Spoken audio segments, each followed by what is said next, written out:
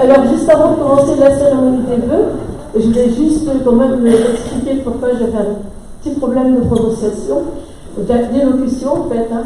Donc ne vous inquiétez pas, c'est pas contagieux. Ça fait juste 8 mois que j'ai ça depuis que j'ai eu des problèmes de santé. Donc il paraît que ça va s'arranger. Mais j'ai pas eu ça comme cadeau à Noël, donc je pense que j'aurai pour Noël prochain. Donc, mais ne vous inquiétez pas, je parle toujours autant. Donc pas de souci. Et je vais essayer d'être claire. Alors par contre, ce que je ferai, c'est que je ne pourrais peut-être pas parler pendant tout le long, c'est fatigant quand même pour moi. Donc je vais demander à un moment donné à Cyril et à Hervé de me remplacer. D'accord? Puisque tout le monde a l'air d'être là, on va commencer. Je vais mettre devant le micro, sinon ça va être compliqué.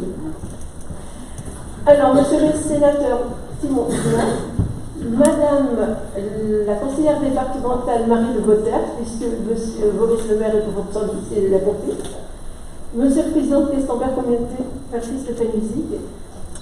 Monsieur le représentant de la gendarmerie, donc l'adjudant Rivet, je ne sais pas tromper, vous êtes ça. Donc c'est de la gendarmerie d'Elva. Alors les sapeurs-pompiers ne sont pas là, donc j'espère qu'il ne nous arrivera rien. Mesdames et messieurs les élus, mesdames, messieurs, chers amis. Comme chaque année, l'équipe municipale et moi-même sommes heureux de vous accueillir dans notre belle commune et tout particulièrement dans cette magnifique salle de la Gafante. Je pense que tout le monde est d'accord. Cette rencontre constitue une occasion particulière de nous réunir, habitants, élus, personnel communal et partenaires. La cérémonie des vœux fait partie de notre tradition et c'est un réel bonheur de vous voir aussi nombreux aujourd'hui. Durant l'année qui vient de s'écouler, certains d'entre vous ont dû faire face à des événements tragiques. Décès d'un proche, maladie, accident. Nous vous adressons tout notre soutien. Nous vous souhaitons de trouver en 2025 toutes les raisons d'être heureux et la force nécessaire pour surmonter les épreuves que vous pourriez rencontrer.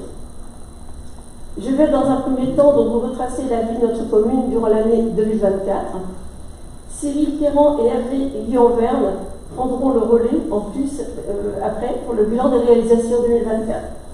Je reviendrai vers vous pour vous présenter les projets de l'année 2025. On ne peut pas ne pas parler de l'événement marquant de ce début d'année. La rupture de la digue d'un étang situé à Kerney, sur la commune de La Vraie-Croix. Après avoir traversé plusieurs quartiers situés sur le trajet du ruisseau initial, la vague s'est arrêtée au niveau du lotissement Les Jardins du Relais. Pas très loin du bourg, en fait, heureusement qu'on est sur une hauteur. Non sans avoir détérioré plusieurs habitations sur son passage, pour certaines les extérieures, mais pour 7 d'entre elles, les dégâts ont été plus importants, puisque la vague a pénétré et parfois traversé les maisons. Une famille a dû être relogée d'urgence, le rez-de-chaussée étant complètement inondé, et je remercie le président de Questember Communauté, qui a réagi très vite à ma demande et permis à cette famille d'occuper un logement Questember Communauté au-dessus de Vitry, qui était libre pendant un mois. Par la suite, la municipalité a aidé la famille sinistrée à trouver des locations jusqu'au 31 juillet, date à laquelle elle a pu réintégrer son logement. Mais c'est loin, 6 mois à changer de logement sans arrêt, bon, c'est difficile. Pour certains sinistrés d'ailleurs, les dossiers auprès des assurances n'ont toujours pas abouti. L'année dernière, 34 nouvelles familles se sont installées sur notre commune. Une vingtaine de nouveaux habitants étaient d'ailleurs présents lors de la cérémonie d'accueil qui a eu lieu le 14 décembre dernier en mairie. L'Arrée compte aujourd'hui, selon les derniers chiffres transmis par l'INSEE, 1102 habitants. Comme vous pourrez le remarquer sur ce graphique, l'évolution annuelle moyenne entre 2016 et 2022 est de 1,1%. Alors, j'ai quand même regardé sur les autres communes des Questember Communauté, bon, enfin, pas de vérité, le top, oui. Mais on est quatrième quand même, au niveau du pourcentage, donc je trouve que c'est bien, voilà, on notre poitiers. En 2024, nous déplorons malheureusement 9 décès. 8 naissances ont été enregistrées, et par contre, Alors, on ne le met pas là-dessus, mais on a quand même eu 8 mariages. Alors, j'ai quand même contrôlé que ça fait au moins 15 ans qu'on n'a pas eu 8 mariages à l'arrêt sur une année. Donc, c'est peut-être parce que c'est pour moi le faire. Alors, depuis plusieurs années, nous, à chaque naissance, nous donnons donc un livre de naissance au nouveau-né. Et fait des revenus aux parents, bien sûr, le petit. Alors, les effectifs de l'école restent stables. À la rentrée scolaire de septembre, on comptait 123 élèves pour les 5 classes. Alors, je rappelle qu'il y a 2 classes de maternelle et 3 classes d'élémentaire. Il y aura 127 élèves à la rentrée de janvier 2025. Alors, pour l'urbanisme, 25 déclarations de travaux ont été acceptées en 2024 et 8 permis de construire. Alors, après l'explosion des permis en 2022 et 2023, on le voit là en vert sur le graphique, suite à la commercialisation de la première tranche du lotissement, le domaine des Landes, le rythme est revenu plus à la normale. Une deuxième tranche aurait dû être lancée avant la fin de ce mandat. Mais l'annulation du PLUI de Questembert Communauté, on a décidé autrement. Le terrain concerné étant reclassé comme un terrain agricole, conformément au PLUI précédent. Alors, nous avons renforcé nos équipes municipales, tout d'abord avec la création d'un poste d'encadrant des services techniques, afin de restructurer ces services. Alors, c'est Guénaël Auger qui a été retenu pour ce poste. Il exerçait auparavant ses fonctions à Topon, sur le même poste d'ailleurs, et il a commencé à l'arrêt le 5 septembre. Guénaël, vous pouvez vous lever parce qu'on ne vous voit pas bien, là, vous êtes assis. Voilà, donc c'est lui, hein, comme ça vous savez qui c'est. Alors, le 1er janvier, nous avons accueilli Raphaëla Fililagi en qualité de secrétaire de mairie habitant, puisque notre secrétaire actuel, Sylvie Oignon, que vous connaissez bien, ayant demandé à travailler à temps partiel, 50%, dans le cadre du dispositif de retraite progressive des fonctionnaires. Raphaëla a déjà une solide expérience puisqu'elle a déjà travaillé une dizaine d'années au sein de différentes collectivités. Raphaëla, je suis désolée pour vous. Vous êtes mieux sur la photo.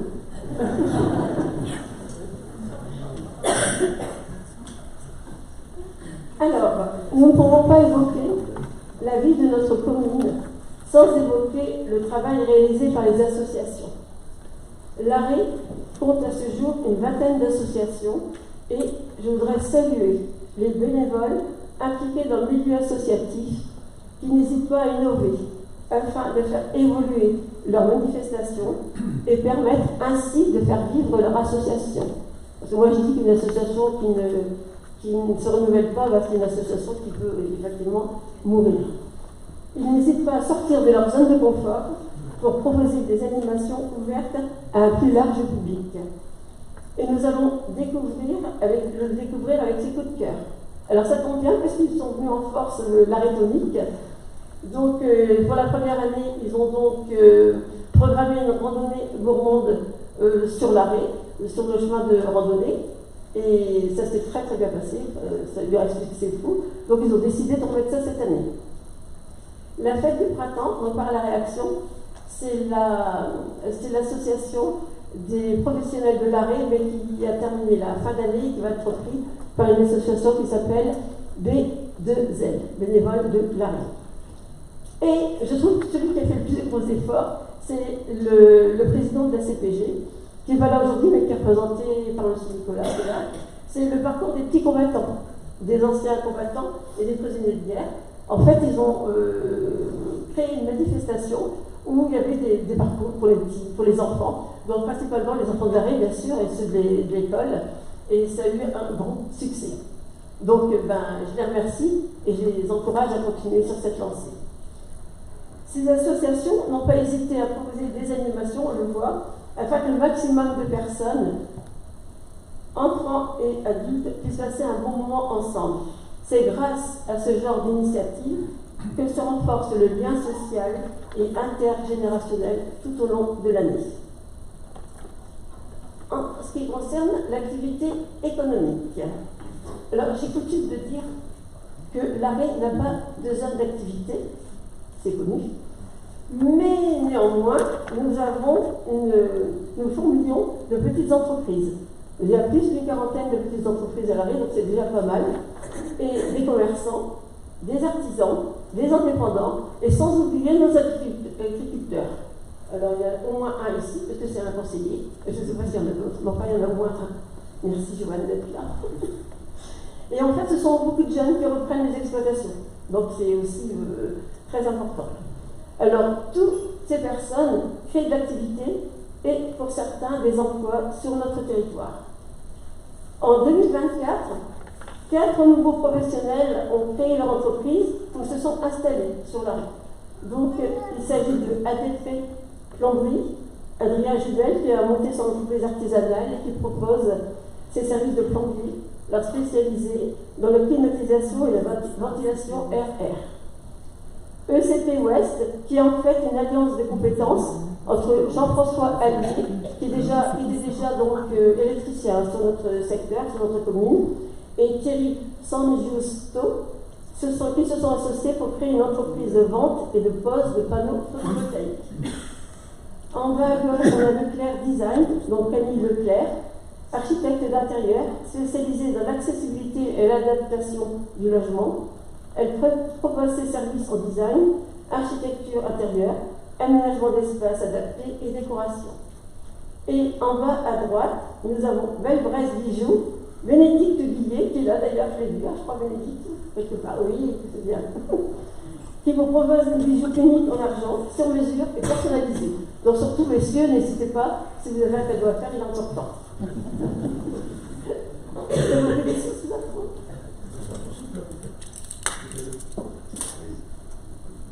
Oui, bien sûr.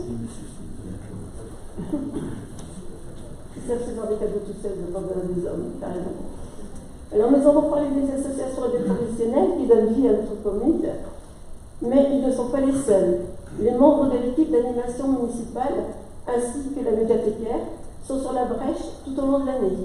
Ils créent leurs propres activités ou événements en complément de ceux proposés par les associations et qui n'ont pour but que de tisser et renforcer les liens proposés, les liens et entre tous nos concitoyens. Alors je vous laisse découvrir maintenant le diaporama qui reprend les activités proposées sur 2024 par l'équipe municipale. Et comme ça m'évite de parler pendant ce temps-là. On a déjà une musique.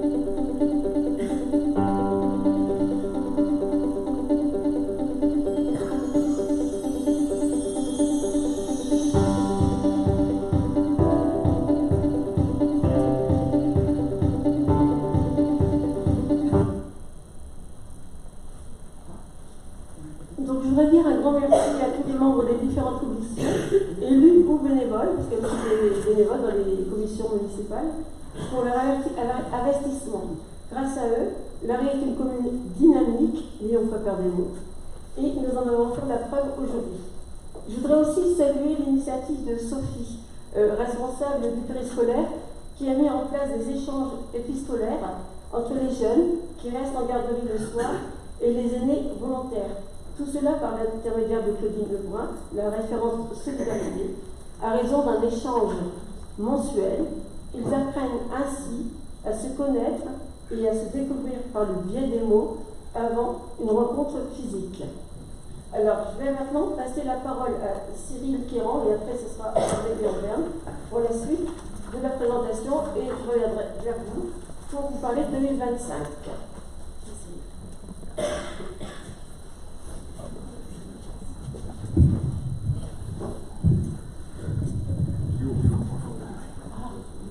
Alors ça devrait le faire, tout le monde m'entend bien. C'est défaut d'être grand et de passer après une minute, mais bon. Bon, tout d'abord, bonjour à toutes et à tous que je n'ai pas pu saluer, et puis encore meilleurs vœux. Moi, je vais retracer un peu ce qui s'est passé dans l'année 2024, donc c'est des choses qui mobilisent les élus et les agents, je vous remercie. Tout d'abord, nous avons créé et validé la base des adresses locales. Donc, pour rappel, notre adresse ne sert pas qu'à recevoir du courrier, c'est aussi une donnée essentielle pour l'acheminement des secours et un prérequis au raccordement des logements à la fibre optique. L'adressage est une compétence des communes. Pour l'arrêt, ce travail est réalisé en mai 2024. En 2024 aussi, nous avons mis la cantine à 1 €. Donc c'est un dispositif qui permet pour les familles qui ont un quotient familial inférieur ou égal à 1 000 € de pouvoir payer le repas à 1 €. Donc sur la commune de Larrey, nous avons 122 enfants qui fréquentent régulièrement la cantine et nous avons 24 enfants qui sont concernés par le dispositif. 2024 aussi a vu l'implantation du parcours de santé qui avait été repoussé parce qu'il était prévu d'être installé fin 2023, mais avec les précipitations, donc on a décalé. Donc il a été installé dans l'espace naturel qui est à côté de la salle, qu'on a déjà évoqué plusieurs fois. Donc c'est fait pour les sportifs de profiter de ce super parcours qui s'intègre parfaitement à l'environnement grâce à des mêmes matériaux, donc c'est toute une construction en bois. Toujours dans le même secteur, donc il y a eu la création d'une arche à l'entrée du chemin de la randonnée des Noé des Dames. L'entrée du chemin de randonnée est aussi l'accès à l'espace naturel du haut du Golem qui permet de profiter du parcours de santé. La journée du patrimoine naturel est instaurée en 2023, le dernier samedi du mois de septembre, car notre patrimoine architectural est pauvre.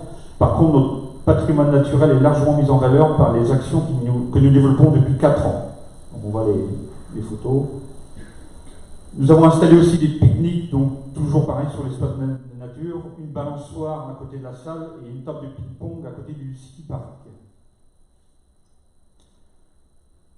On évoque aussi le plan climat air énergie carrière, donc le PCAET que tout le monde connaît bien. Donc on a voulu parler, puisqu'il semblait judicieux de vous glisser ces petites diapos. Juste après vous avoir parlé des actions mises en place, c'est la continuité de ce qui avait été commencé il y a à peu près 4 ans. Et vous montrer que nous étions tout à fait en accord avec le PCAET de Questenberg Communauté, preuve en est. Comme vous pouvez le constater, nos actions s'intègrent dans les 5 axes du plan climat. Cette fiche a été réalisée lors du bilan du parcours en octobre 2024. Et dernier événement aussi, donc on a créé une boutique éphémère. Donc pour ceux qui connaissent, donc on a 3 locaux commerciaux dans le bâtiment La Locomotive. Et suite à la fermeture de l'épicerie fine, un thé pour soi fin juillet, et devant malheureusement le manque évident de repreneurs, nous avons lancé l'idée de créer une boutique éphémère. Après avoir envoyé de nombreux mails, courriers, nous avons eu une réponse d'un grossiste en colis perdu ou non réclamé, stop ton colis, ou choc ton colis plutôt, qui a été notre premier locataire en octobre avec un bail dérogatoire. Ce local est libre pour le moment, donc n'hésitez pas à en parler autour de vous. Ça peut être pour une semaine, 1 mois ou plus, sans toutefois excéder 3 ans. Merci. Je passe maintenant la parole à Hervé qui va vous parler de la partie travaux. Civil,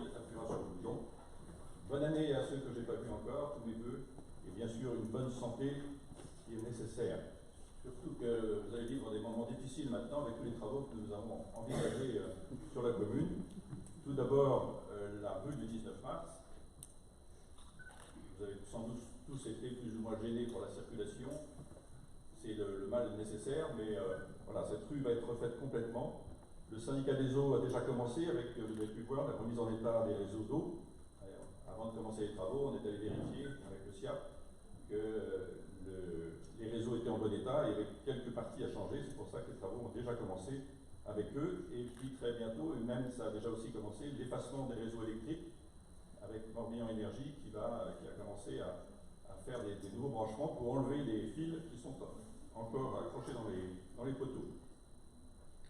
Au premier trimestre 2025, donc à partir de maintenant, les travaux de voirie vont commencer pour que, in fine, vous obteniez cette présentation à la fin des travaux en 2025. Donc c'est fait par la Colas et par une entreprise qui s'appelle ID Verdé pour tout ce qui est verdure, bien sûr, mais aussi le mobilier urbain. Domaine des Landes. Photo suivante.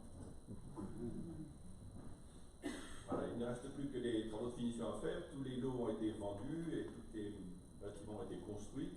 Il reste encore un bâtiment qui a un petit problème, mais ça, ne nous regarde pas. D'ici peu, les candélabres seront installés, ainsi que tout ce qui est végétation.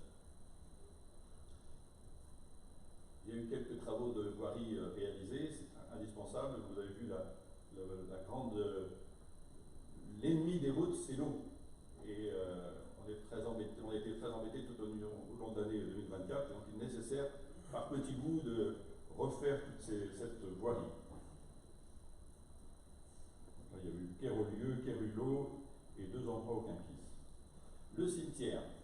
Le cimetière, grâce à l'action de Loïc, on a fait des bétons drainants, des allées en béton drainant, qui donnent une belle allure au cimetière et qui permet de déambuler plus facilement, que ce soit pour les personnes âgées, avec déambulateurs, avec fauteuil roulant, mais même nous, on a au moins les pieds au sec.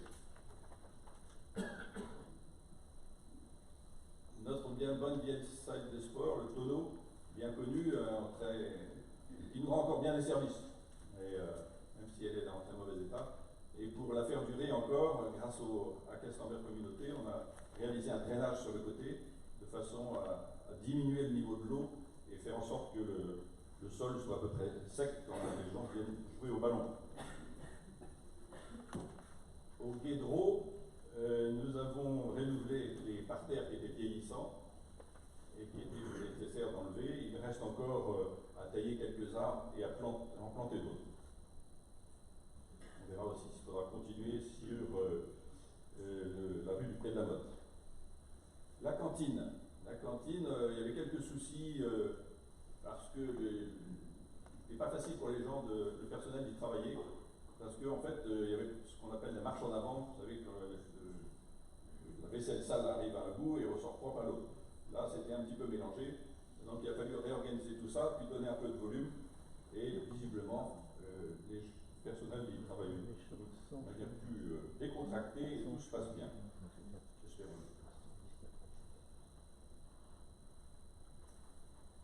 Voilà, quelques travaux ont été faits par les services techniques, à la garderie, à l'école. En particulier, ces petites étagères qui permettent de poser les gourdes, les chaussons, je ne sais pas quoi. On a posé quelques films sur certaines salles de classe et on a peint en blanc le mur de la garderie pour y installer bientôt une fresque. Voilà pour les travaux qui ont été faits en 2024. Je rends la parole à Simone qui va vous parler de la suite de 2025.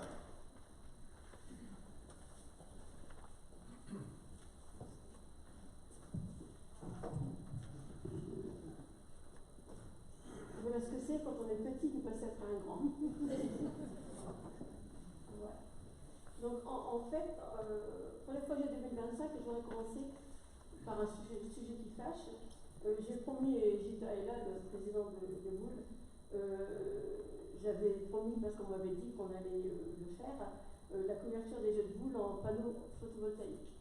Donc, je suis désolée de vous dire que malgré toutes les promesses qui avaient été faites par l'organisme qui nous accompagnait, ben, ce projet n'aura pas lieu, en tout cas pas celui-là, puisque j'attendais une réponse pour le 31 décembre, on a aujourd'hui le 5 janvier, et je n'ai rien eu. Donc j'en conclus que c'est négatif. Par contre, nous n'allons pas baisser les bras, et nous allons continuer à chercher une autre solution.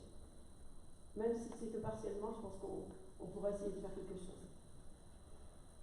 Alors, maintenant je vais vous parler de la réhabilitation du centre-bourg, parce que après l'âge du 19 mars, dont vous a parlé brillamment d'ailleurs, Hervé, le deuxième, vous savez, c'est ce qui est en jaune, la tracé en jaune hein, sur la carte.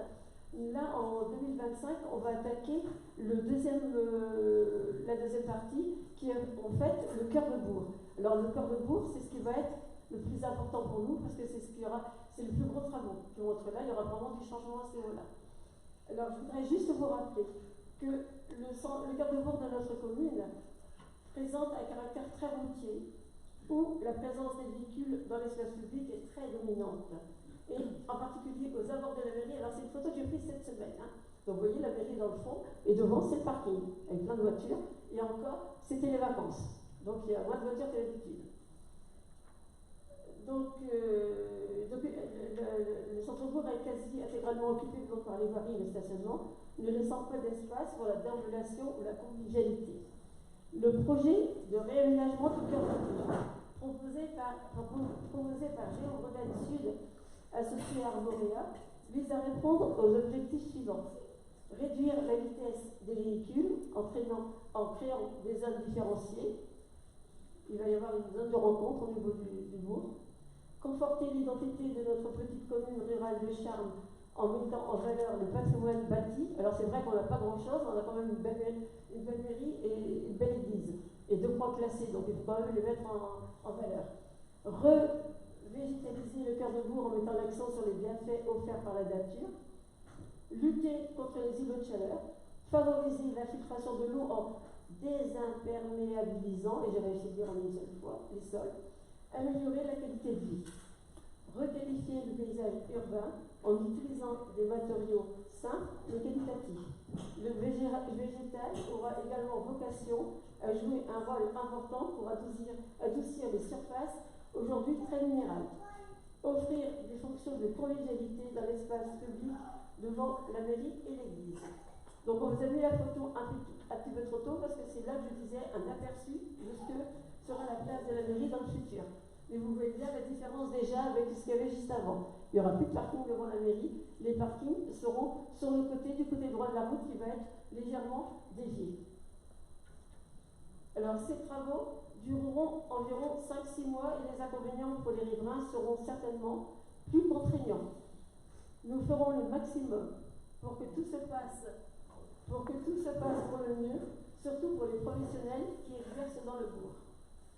Comme vous le savez peut-être, c'est le moment d'en parler, il sera très difficile pour les collectivités d'obtenir des financements pour les futurs projets.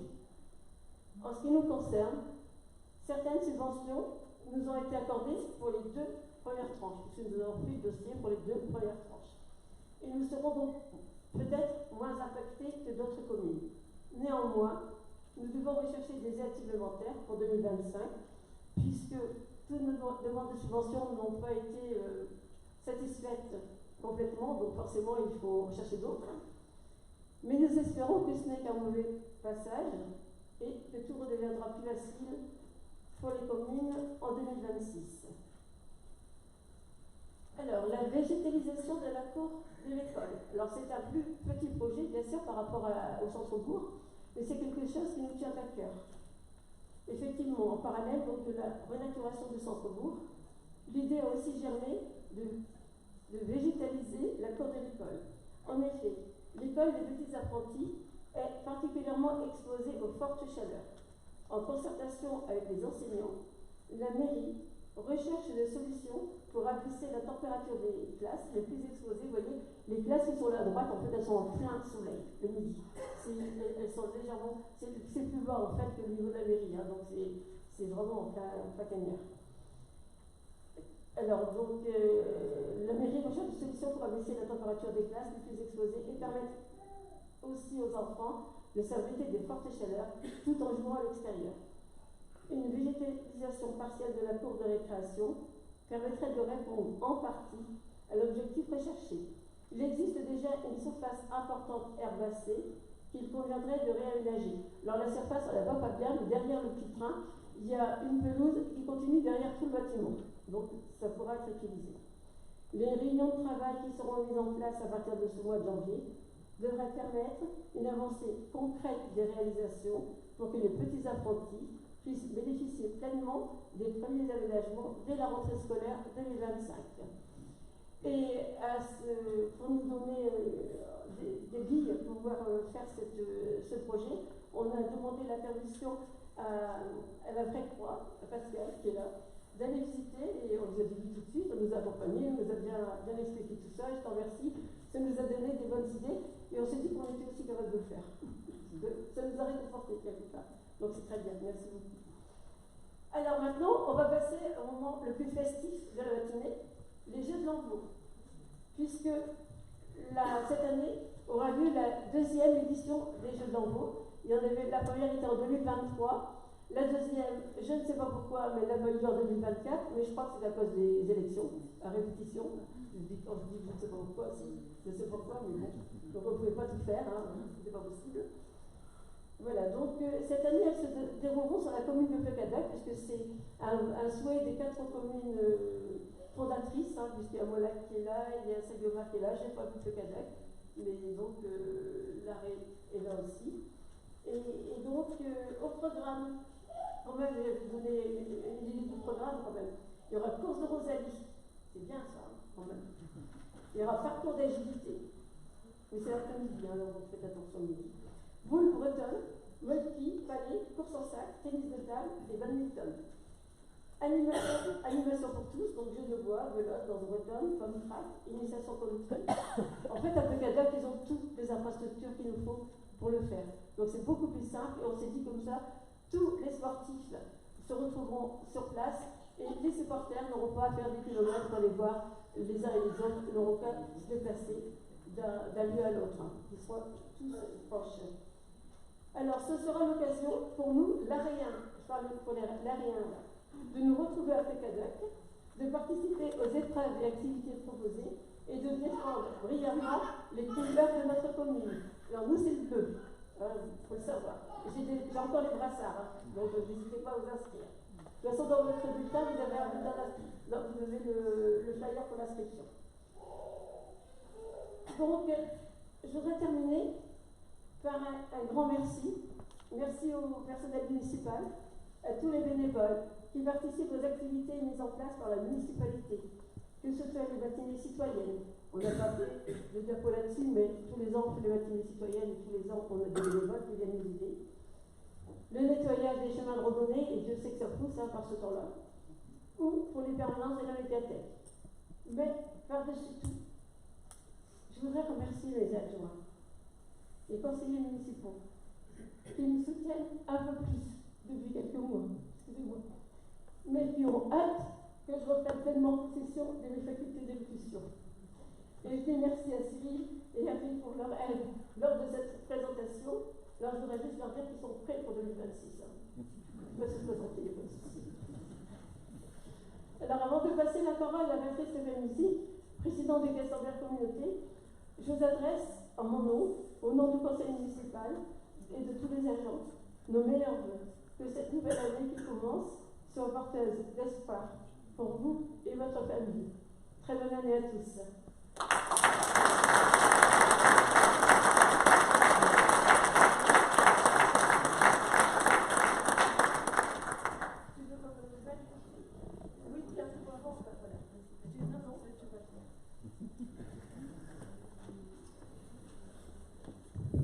Bonjour à toutes et à tous.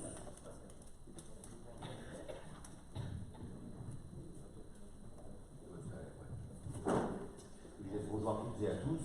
Heureux d'être ici avec vous aujourd'hui pour vous souhaiter une bonne et heureuse année 2025, qu'elle soit remplie de projets, de réussite de ces projets pour vous, vos proches et aussi dans vos entreprises ou vos associations. Hervé il va diffuser un petit film parce qu'à Castor-Vert Communauté, on a le principe de ne pas faire de vœux protocolaires. on va commune en commune, et ça nous permet de nous rapprocher de tous les citoyens. J'y reviendrai tout à l'heure, mais parfois on dit qu'il y a trop d'espace entre les communes, comités ados et les citoyens, ça nous permet d'aller dans chaque commune porter le message de la communauté. Hervé, si tu veux bien décider un petit film qui permet un peu de présenter ce qu'on fait en 2024 qui fait servir la communauté. Si ça marche. Si ça marche, au revoir.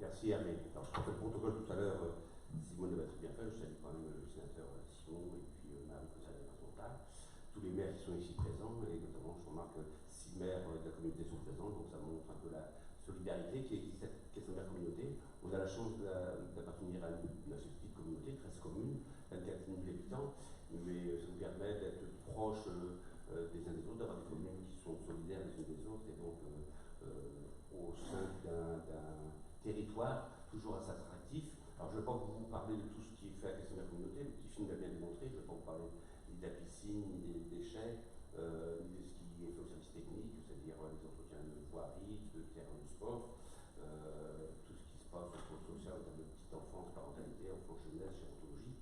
J'insisterai sur d'autres sujets. Et puis je parlerai de tourisme avec qu'on anime avec Rochefort en Caisse Tourisme. Le travail qui nous anime tout le temps, tous les élus de la communauté, c'est toujours d'être plus proche des citoyens, des associations, des entreprises, et même on a des projets dont on est extrêmement fiers, et puis il y a aussi parfois des petites difficultés, et notamment sur ce qui s'est passé en 2024, ça a été, vous devez tous le savoir, l'annulation au tribunal en appel à Nantes du PLJ. On avait été attaqué au tribunal, le tribunal à Rennes avait jugé qu'on avait non seulement respecté la loi, mais qu'on avait un bon document d'urbanisme. Il se trouve qu'en appel, notre juge on a décidé autrement, et on a essayé au Conseil d'État de revenir sur cette décision, mais ça n'a pas abouti au mois de décembre, et donc le PLUI qui va Scott sera définitivement annulé. Donc on travaille aujourd'hui avec le document d'urbanisme existant. On avait déjà l'idée, même pris l'engagement de faire une révision du document d'urbanisme en début 2024, et bien c'est aujourd'hui, on a accéléré un peu le processus, on a réagi avec le plus de rapidité possible, et bien pour qu'on ait plutôt un nouveau document moderne, parce que parfois dans nos communes, les documents existants ont un peu vieilli, notamment par rapport à la loi, ce qui rend c'est surprenant cette décision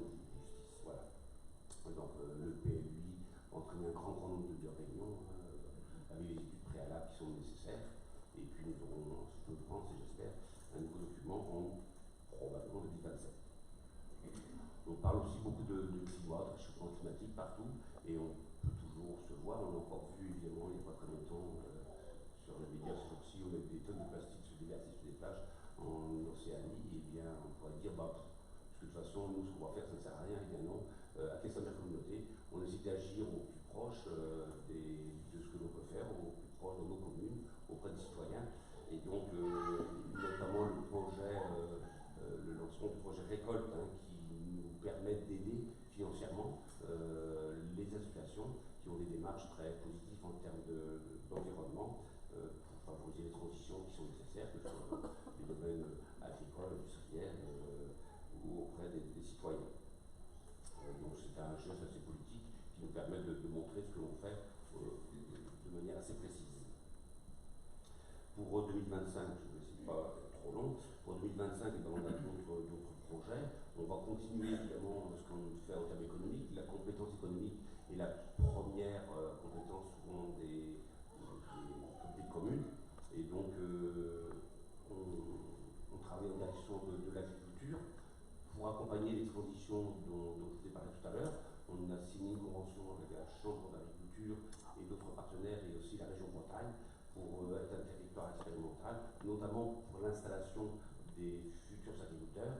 On sait que c'est une profession, et je la connais bien parce que j'en fais partie, où la moitié d'entre nous vont partir à la retraite dans les 10 ans à venir, avec un renouvellement qui sera certainement pas à la hauteur de ce qu'on peut espérer. Et donc si à notre niveau, on peut aider un peu, et donc sur des photos, vous avez vu tout à l'heure, tous les ans, on redonne un chèque aux gens qui sont porteurs de projet et qui se sont installés dans l'année précédente, sous certaines conditions, et cette petite aide financière se poursuit avec un suivi un peu, un accompagnement pour que tout se passe bien dans les premières années.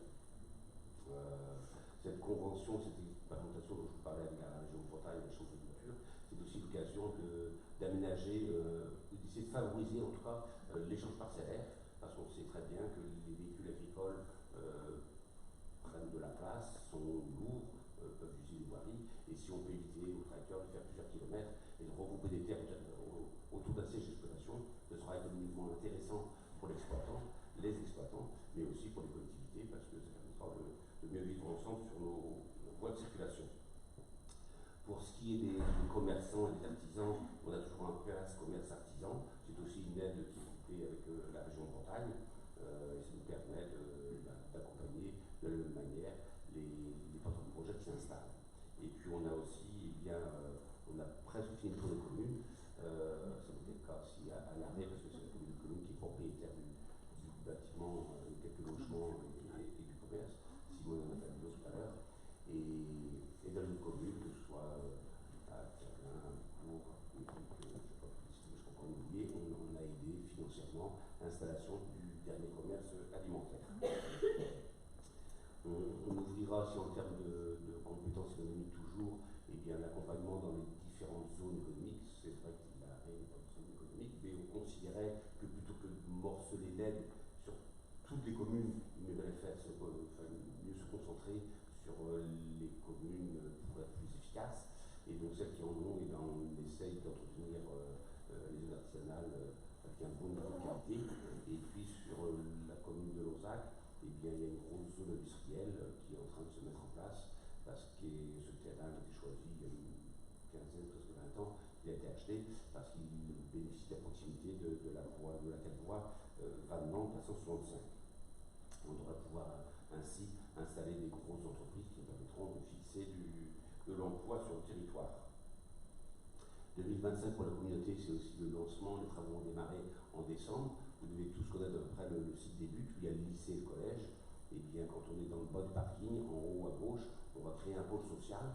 C'est un gros bâtiment, donc 3 millions d'euros. Ce bâtiment, c'est pas seulement pour accueillir le personnel, qui est éparpillé en ville, donc c'est bien de faire travailler les gens ensemble et de les regrouper, parce que c'est des bâtiments qui sont actuellement en location, donc on ne peut pas obtenir cette situation. Mais c'est aussi surtout un bâtiment qui permettra d'accueillir toutes les personnes qui peuvent bénéficier d'une aide sociale, donc la petite enfance, c'est les jeunes parents, c'est les gens en gérontologie, c'est des gens qui peuvent avoir des diverses. Je pense notamment aux jeunes ados aussi, donc l'idée de regrouper tout le monde sur un même site.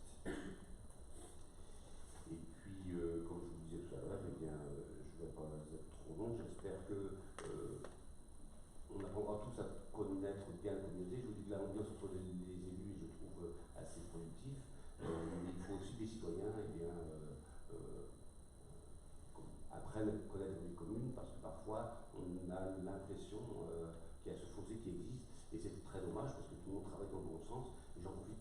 remercier tous les salariés de la communauté. Il y a à peu près 150 fiches de paie qui sont éditées. Alors, on est une cinquantaine au CIAS où je travaille avec Simone, mais aussi dans les services techniques, piscine, et ainsi de suite. Et je peux dire que ce sont des gens qui sont du service public, qui travaillent bien dans l'intérêt de tout le monde, et donc c'est bien de reconnaître. Voilà, je ne reviendrai pas évidemment sur les difficultés qu'on va aussi connaître budgétaires. On attend un peu des décisions de l'État du prochain budget. On a déjà connaissance des situations du conseil départemental pour lequel on va donner blanche sur plein de nos investissements. On espère que ce sera une année blanche, parce que ça ne durera pas trop longtemps. Ça ne m'empêche pas de vous souhaiter renouveler mes vœux pour que vous viviez une belle année 2025. Bon dimanche à tous.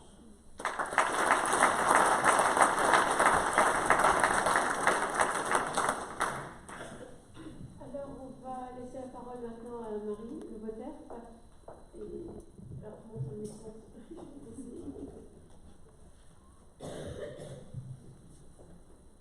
Je pense qu'on va pas monter tant que ça. Voilà. Bonjour à toutes et à tous. Je vais passer le protocole en vous saluant, toutes et tous en vos grades et qualités. Merci Simone ainsi qu'au conseil municipal de l'Arrée pour cette invitation. On excuse Boris qui, victime des petits virus hivernaux, nous fait grâce de bien nous contaminer. Ces rendez-vous annuels restent une belle opportunité de venir à la rencontre des habitants du territoire. Comme à notre habitude, nous allons vous présenter rapidement et pas forcément gaiement, c'est ce qu'on a fait comme retour à Sunac hier, les actions du département qui sont parfois mal connues. Toujours investis et passionnés par le mandat qui est le nôtre, nous essayons de nous mettre à votre disposition dès que cela est possible, que vous soyez élus, associations ou citoyennes ou citoyens du territoire. Nos 3 réunions annuelles cantonales avec vos élus municipaux sont l'occasion d'échanger autour de thématiques qui sont celles de vos communes.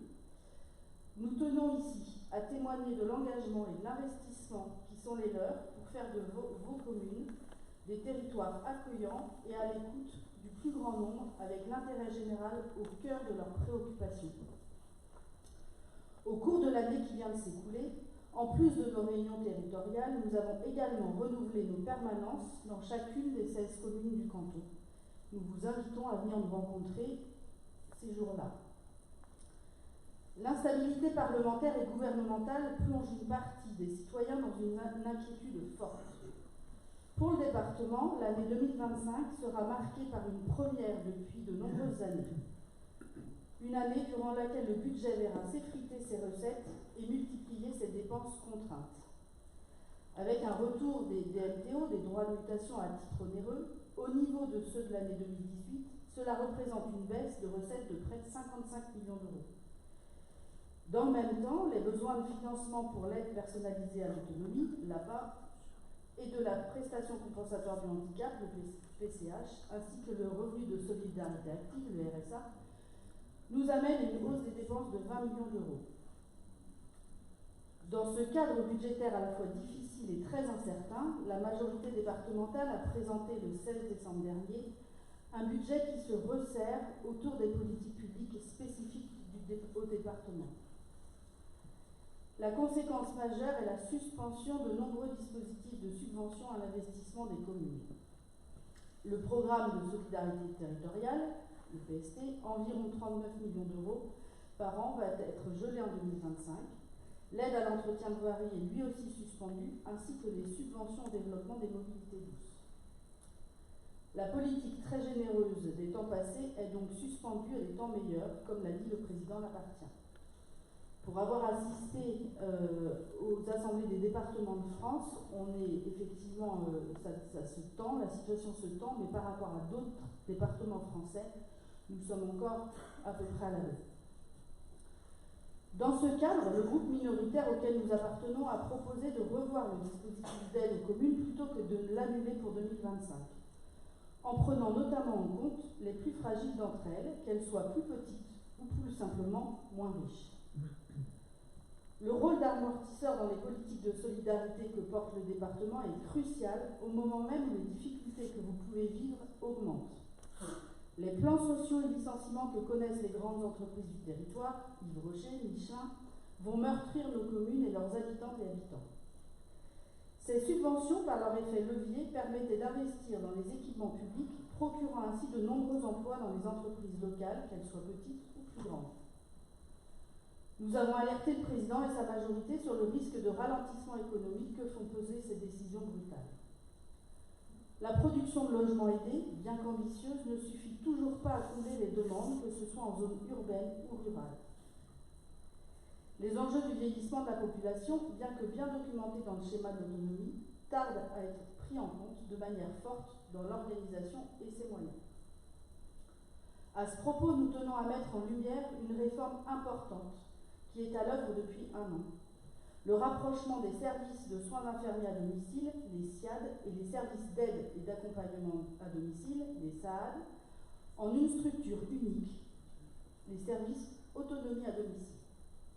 Si l'objectif est louable, une meilleure coordination et un guichet unique pour les bénéficiaires de l'aide au maintien à domicile, la méthode de travail proposée par le Conseil départemental et l'Agence régionale de santé ont créé et créent encore de nombreuses inquiétudes et tensions chez les personnels des ADMR, SAD publics et SIAD rattachés à des EHPAD.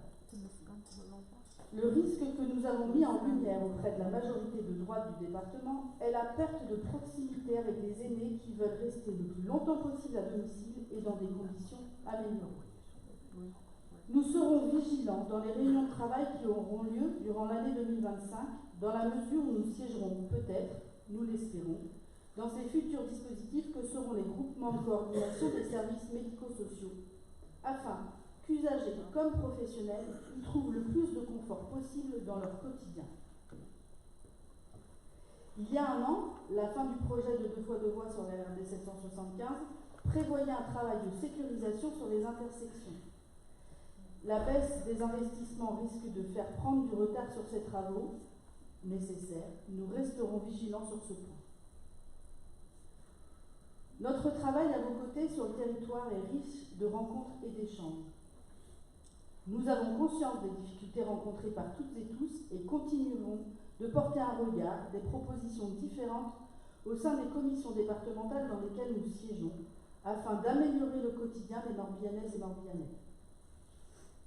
Malgré l'actualité compliquée sur bien des plans, nous vous présentons nos vœux et espérons que cette année sera remplie de moments de bonheur, de partage, de joie, d'épanouissement et d'accomplissement.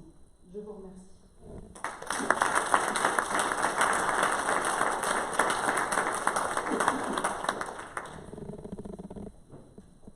Eh bien, je crois qu'il ne reste plus que Simon Huselin, monsieur le sénateur.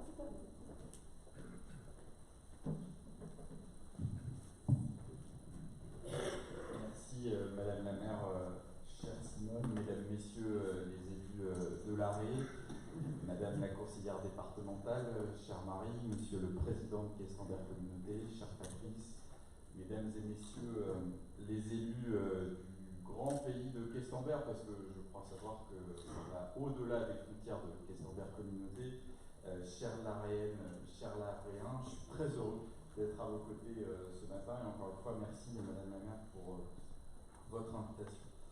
Alors, je crois que beaucoup a déjà été dit et vous attendez impatiemment de vous retourner pour partager le moment de convivialité, mais vous me permettrez d'avoir un mot en cette cérémonie des vœux pour nos compatriotes de Mayotte qui continuent de subir les affres du cyclone Chido. C'est un événement d'une ampleur inconnue sur notre territoire national et Mayotte est un département français.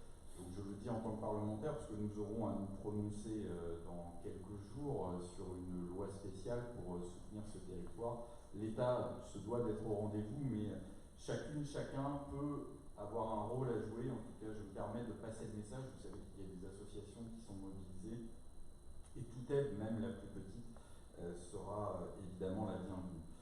Au plan international, là aussi, je vous rassure, je ne vais pas égrener toutes les mauvaises nouvelles de la fin de l'année 2024 et du début de l'année 2025, mais on ne peut pas ne pas penser là aussi aux êtres humains qui sont frappés par les guerres.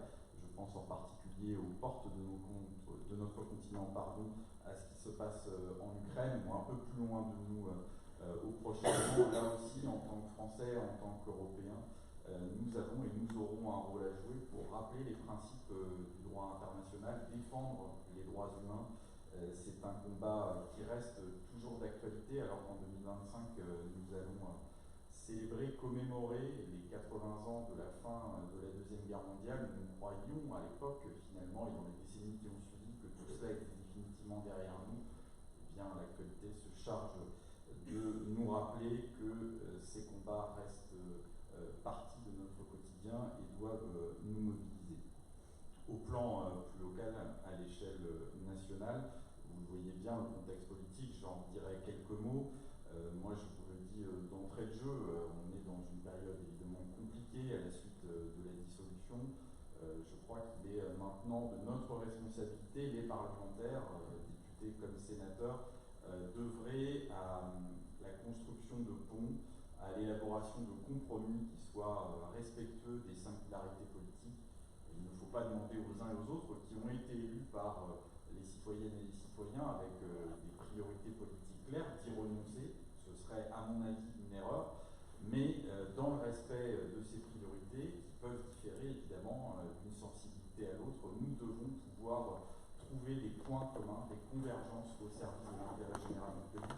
En tout cas, je l'appelle de mes voeux et je ferai le nécessaire à la place qui est la mienne avec mes collègues pour que notre pays puisse se doter dans les plus brefs délais d'un budget, qui soit utile, qui soit juste socialement. En tout cas, je crois que ce sont des priorités sur lesquelles nous devons nous retrouver.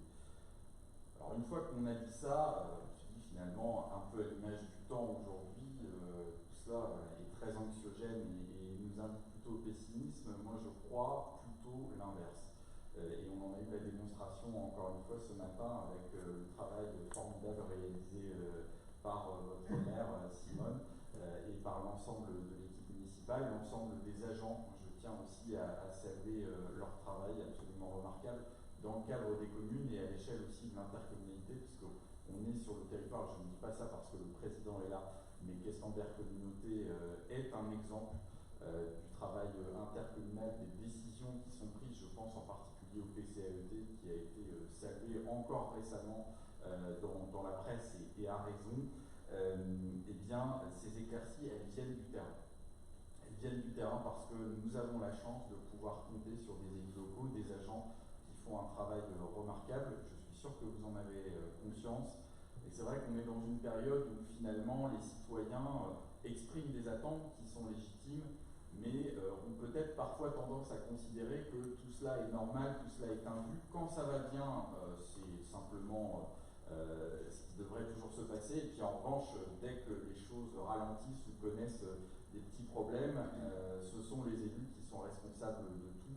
Il faut bien mesurer quand même l'engagement qui est le leur. Moi, je veux une nouvelle fois leur rendre hommage, les sacrifices qu'ils consentent, parce que nous parlons des élus, mais il ne faut pas oublier les conjoints, les enfants qui sont aussi impactés par cet engagement absolument exceptionnel au service de l'intérêt général. Et je le dis, quelles que soient les sensibilités politiques, quelles que soient les tailles de communes dont les élus ont la responsabilité, cet engagement-là, il est extrêmement précieux et c'est ce qui permet à des projets absolument exemplaires.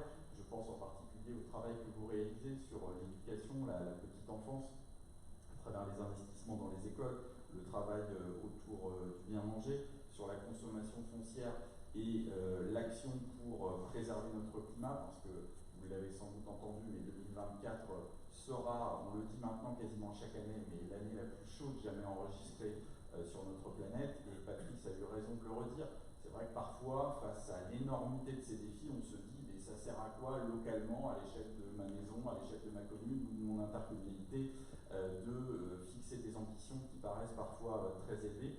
C'est simplement une condition de notre survie collective. Ici, évidemment, en Bretagne, même si nous ne sommes pas aujourd'hui la région la plus touchée, nous le sommes d'ores et déjà avec des impacts considérables sur l'agriculture, sur l'eau, tous ces sujets que vous expérimentez au quotidien, et puis une question aussi de solidarité internationale. Donc, moi, je crois que ce travail que vous avez engagé, en particulier avec le PCAET, et ce que vous déclinez localement, la végétalisation de la cour d'école, la requalification du centre-bourg, ce sont des projets extrêmement extrêmement concret, et je le dis en regardant aussi les élus du territoire qui ont mené et qui mènent encore des projets remarquables, qui sont des solutions concrètes à ces défis qui nous paraissent parfois bien trop importants pour nous. Et puis je voudrais avoir un petit mot aussi en tant que conseiller régional et Panis en a parlé, je l'en remercie, les actions que nous menons. Je ne vais pas revenir en détail sur ce qu'il a très bien présenté, mais sur les sujets agricoles, je ne reviens pas sur les questions d'installation, de transmission, c'est un vrai défi, il connaît ça par cœur. Nous avons lancé, Région Bretagne, avec les départements de la Bretagne administrative, et je me tourne vers Marie pour le conseil départemental du Morbihan, une centrale d'achat qui s'appelle Braise Achat pour approvisionner nos lycées et nos collèges et renforcer les liens de proximité avec nos producteurs locaux. Nous avons lancé les premiers marchés, charcuterie, crèche et viande, et nous allons lancer les deuxièmes là, dans les tout prochains jours pour les départements du Morbihan et d'Ille-et-Vilaine. Donc je profite de cette cérémonie des vœux, Madame la maire, pour lancer un appel à tout le monde agricole morbihanais. Et n'hésitez pas à répondre à ces marchés. Nous vous accompagnons autant que de besoin. C'est la possibilité aussi pour vous, agriculteurs, producteurs, de trouver des débouchés sur des durées relativement longues. Et d'ici 2027, tout un ensemble de marchés seront passés sur les produits d'épicerie, les produits laitiers, beurre, fromage, etc. Donc là aussi, c'est une solution concrète pour vous. Sur l'action de la région sur le territoire, moi je ne peux pas ne pas parler du lycée Marcelin Berthelot à Questembert, dont je suis administrateur.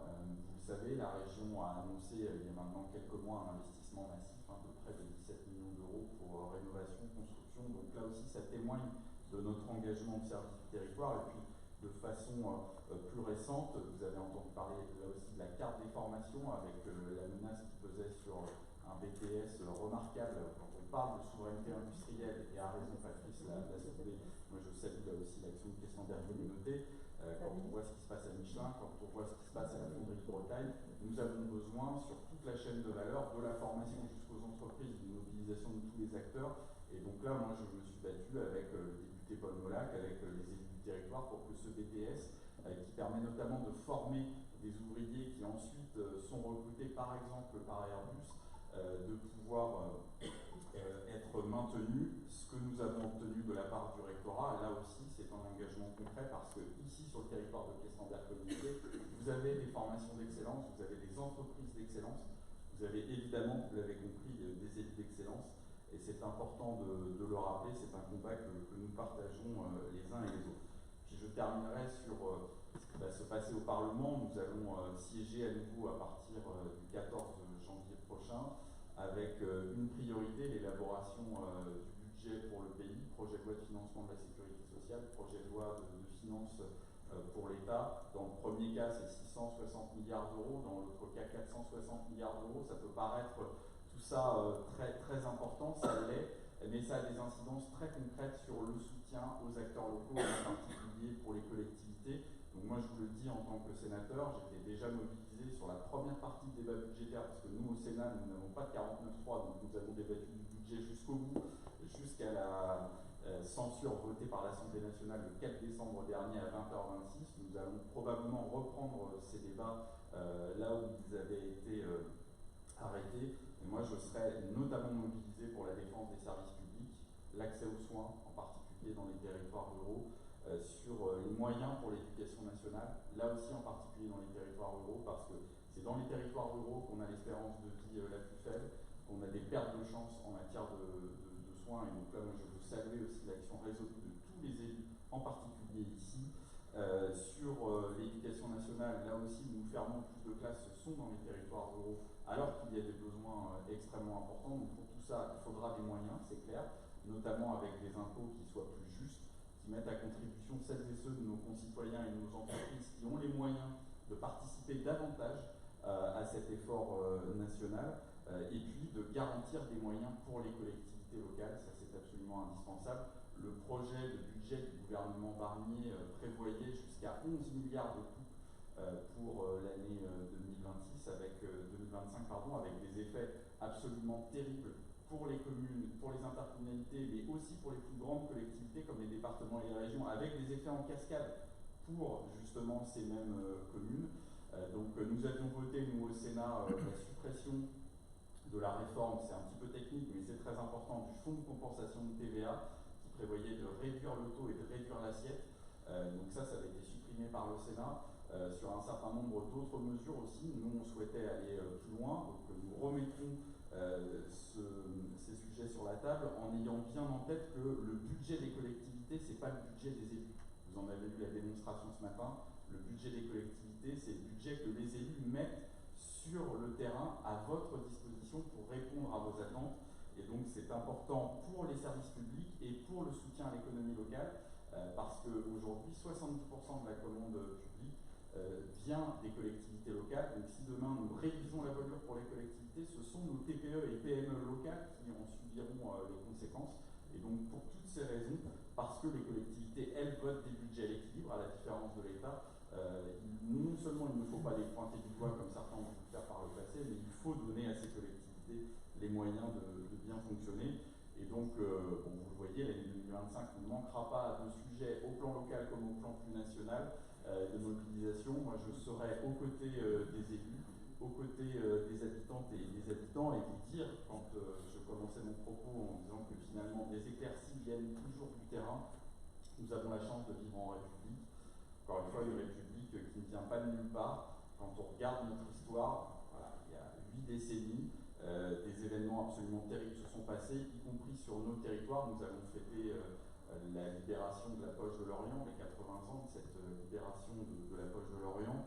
Ces événements qui peuvent paraître très éloignés, finalement, l'actualité, encore une fois, nous rappelle que ce n'est pas définitivement tourné, cette page, possiblement, et que nous avons la chance, en République, en démocratie, de pouvoir compter sur, je me tourne vers les représentants des forces de l'ordre, les gendarmes, les pompiers, les élus, les agents de nos collectivités, de nos services publics, vous, citoyennes et citoyens, qui êtes engagés dans la vie associative, absolument exemplaire, une vingtaine d'associations sur le territoire de votre commune, Madame la maire, engagés dans le monde économique. Tous ensemble, nous avons, j'en suis absolument convaincu, la capacité de relever ces nombreux défis. Et donc, je tenais à vous souhaiter, en ce début d'année, une très belle année pour vous et pour vos proches, une année de santé, parce que c'est le plus important, et je le dis en particulier en me tournant vers vous, Madame la maire, chère Simone. Quand on dit la santé, encore une fois, on ne doit pas rester au stade des vœux. C'est le sujet de l'accès aux soins, la mobilisation sur le terrain, donc là aussi vous pourrez compter sur moi. Une année de réussite dans vos projets, vous les élus, vous les acteurs économiques, vous les responsables associatifs, et puis une année de bonheur partagé. On en a vécu un certain nombre en 2024, je suis sûr qu'il y en aura de nombreux autres ici à l'Arrée, sur le territoire de Questenberg Communauté, grâce à vous toutes et tous. Pour tout ça, encore merci, très belle année,